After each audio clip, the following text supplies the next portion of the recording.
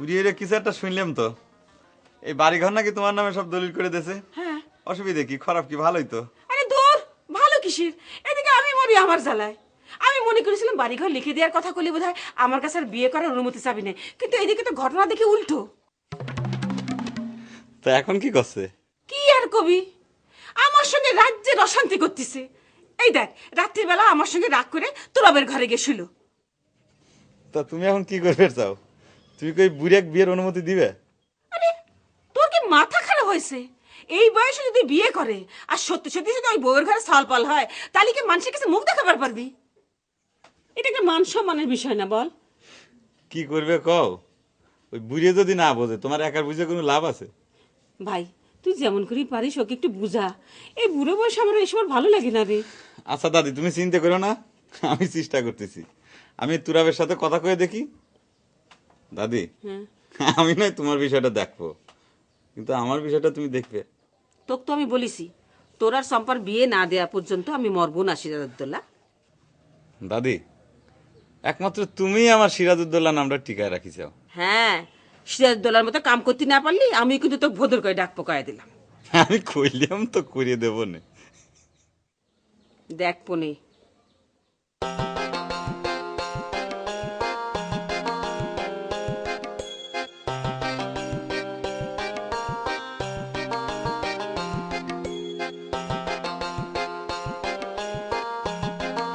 কেন না, তোমার বিয়ের খবর কি?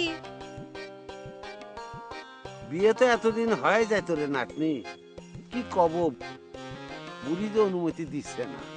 কে বিয়ে করবে তুমি? বুড়ির অনুমতির দরকার কি? ওরে দরকার আছে, না না একটু বুঝাই কই।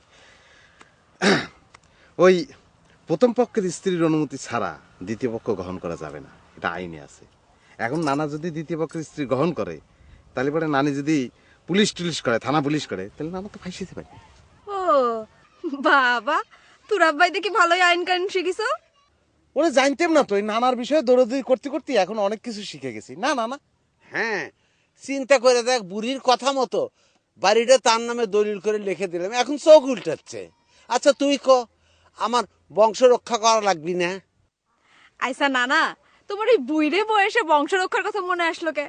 মনে তো আগেই পড়ছিল, আশায় আশায় ছিলাম, আজ হচ্ছে কাল হচ্ছে করতে করতে সে তো বুড়ি হয়ে গেল, আর কবে হবি?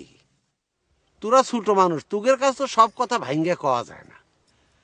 এক কাম করিস চম্পা, তুই দাদি বুড়ি কয় আমার বিয়ের একটা ব্যবস্থা করে দে। কে তোমার বিয়ের ব্যবস্থা করে দিলি পারে কি আমার সম্পত্তি লিখে দিবা নাকি? তোর সকলেরই আমার সম্পত্তির উপর লোভ, তাই না? দেখ ভীমরতি লেগেছে, যার তার গায়ে হাত দিচ্ছে, বুঝছো?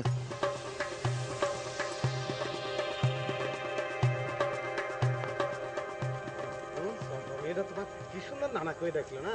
ও তো আমাকে নানা বলেই ডাকে, এখন নতুন করে ডাকার কি আছে? তোমার সবকিছু ভাঙিয়ে বলা লাগে, মানে ও তো তোমার দাদা কইও ডাকতে পারতো না? সেটা ওকে জিজ্ঞেস কর। ও তো নানা করে তোমার ডাকে আমার দিকে সম্পর্ক দেখবে, তুমি আমার নানা না। হ্যাঁ, চম্পার সাথে তোর কি রে? সেটা আমি তোমাকে এখন কবে পারবো না, আগে তোমার বিয়েটা ঠিক হোক, তারপর আমার আর চম্পার বিষয়টা তোমার সামনে খুলে ধরবো। চল।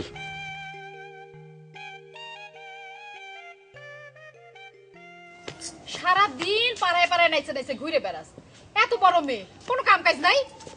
স্বামীর বাড়ি যায় তো কাজই করা লাগবে, এখন একটু আরাম করে নি। হয়, তোর আর বিয়ে হয়েছে, বয়স তো কম হলো না, তুই যা করে বেড়াচ্ছিস, তোকে বিয়ে করতে আসবে কিডা? কে ওই সেলু গজি যদি এই বয়সে বিয়ে করবার পারে, তাইলে পারে আমার মতো এমন সুন্দরী এখন মেয়ের বিয়ে হবি না কি জন্যি? সেলুগাজি তো তোর মতো রঙ্গলীলা করে বেড়ায় না। রঙ্গলীলা করলাম মানে? আমি তো সিরাজউদ্দৌলার সাথে ভালোবাসা করি, আর সিরাজউদ্দৌলা তো আমার বিয়ে করবার জন্য এক পায়ে খাড়া। তোমরাই তো শুধু বিয়েটা দেবার চাও না। এই, তোর কথা কথি লজ্জা করে না? তোর কি কোনোই লজ্জা শরম নাই? কে লজ্জা করবি কি জন্যি? ভালোবাসার কথা বলতে এবার লজ্জা কিসের? তোর ভালোবাসার মুখে আমি ঝাঁটা মারি। চাল নেই চুলো নেই, বাউন্ডেলা স্যাংরা, নিজেই খাবার পারে না, আবার ওরে বিয়ে করে তারপরে আমি দুজনের টানি, আমার কপাল। তাহলে পারে এক কাম করো, ওই সেলু গাজিরে তোমার জামাই বানাও, তার তো মেলা টাকার সম্পত্তি। তাও ওই ভোদরের চাইতে ভালো হইতো। হুম,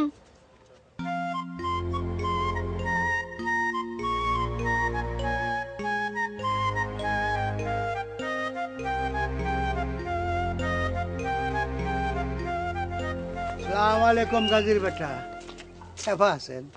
ভালো আর থাকি কেবা করে বাপু, তোমরা সকলে মিলে আমার বংশ রক্ষার একটা ব্যবস্থা না করলে ভালো থাকি কেমনে? এই বংশ বৃদ্ধি, বংশ রক্ষা সবই তো আল্লাহর হাতে গাজীর বেটা। তো আল্লাহ তো সকলে সবকিছু একসাথে দেয় না। হ, আল্লাহ খালি আমাকে দেয় না, আল্লাহর দোহাই না দিয়ে পারলে আমাকে একখান বিয়ে দিয়ে দাও, দেখো আল্লাহ আমাকে দিয়ে বংশ রক্ষা করায় কিনা। খালুজান, আপনারা মুরব্বী মানুষ, নানার একটা বিয়ের ব্যবস্থা করে দেন না কেন?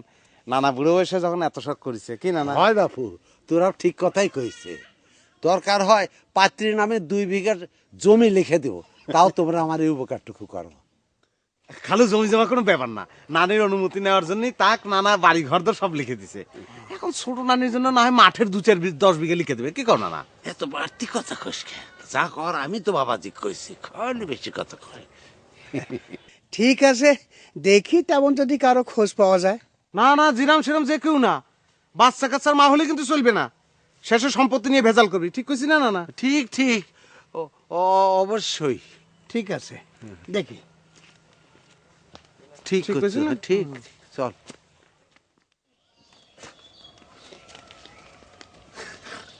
চাচি, ও চাচি, চম্পা কনে?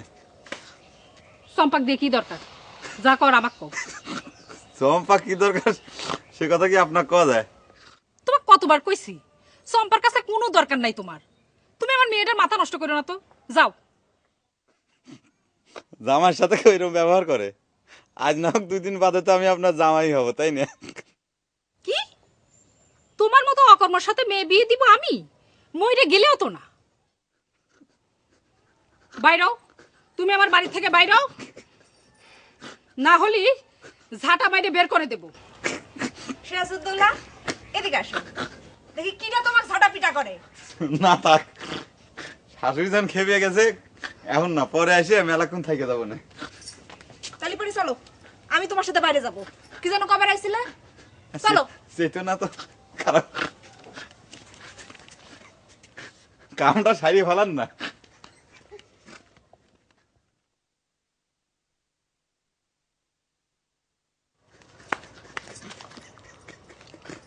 শাশুড়ির যে কি রাগ, শ্বশুর যে ক্যাম্বা করে ঘর করে আল্লাহ পড়ে গেছিলাম রে, দেখছি এই যাও গুছিয়ে খাইতাম। আচ্ছা, রোজ রোজ এত অপমান করে, তারপর তুমি প্রতিদিন আমার বাড়ির উপর আসো কি জন্য? তোমার খুব দেখতে ইচ্ছে করতেছিল তাই। আমার কি তোমার ঘন্টায় ঘন্টায় দেখবার ইচ্ছে করে নাকি? আরো কম, মনে করছে মিনিটে মিনিটে দেই। তুমি তো সব কথা হাসিয়ে উড়ায় দাও, আমার বুঝি একটু কষ্ট হয় না? না, এই যে এতগুলান মানুষ তোমার এত অপমান করে। বাদ দাও তো, আমি আবার একটা মানুষ, আমার আবার মান অপমান। বাপ মা কত শখ করে আমার নাম রাখিছিল সিরাজউদ্দৌলা, সেই নাম এখন বদর হয়ে গেছে। তোমার বাপ মামা কত অপমান করবি, এই যে মনে করে যে তোমার মুখখান দেখার পর আমার সব অপমান বুঝছে ধুয়ে মুছে সাফ হয়ে গেল। হায় রে ভালোবাসা,